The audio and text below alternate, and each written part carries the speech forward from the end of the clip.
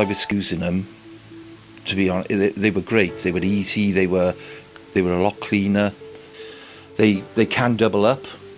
That's one thing I didn't think they would do, but they do double up quite tidily. There's not a lot of difference in the movement of the box.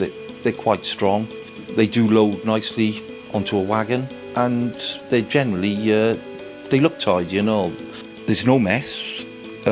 Before we started using the old IBCs, you were just placing a hose into the top of the IBC, and then once you wanted to swap that IBC over, you'd have to put it into another IBC, and that's where the sort of mess come from, the actual swapping between the IBCs, which created dripping in between the gaps, and it'd go all over the floor. Sometimes we'd have a bit of latex running down the road here and there.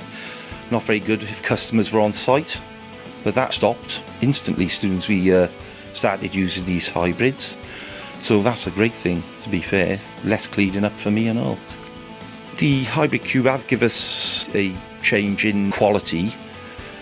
On our old system, the old IBC system, we would fill it to 1,000 kilos. There'd be an air gap, and that air gap over time would create a skin on top of the latex. So when a customer had then delivered, the skin would be on top. It would cause lumps in their process, but they'd have to shut down. When we introduced the hybrid, it's a bag system, a sealed system. We fill that up. Once we disconnect it, there's no air in that bag, and that got rid of the lumping and skimming that we had, which customers complained of, which we don't get anymore, thankfully. We've been able to have our company logo put on the box, which we wouldn't have been able to with the original IBC, and it sort of stands out, if you like. They are cleaner, they're definitely cleaner. I'm getting good weights, exact weights in them. You know, I thought that might have been a problem first, but that's no problem. But I quite like them. I actually prefer them to the IBCs. I wouldn't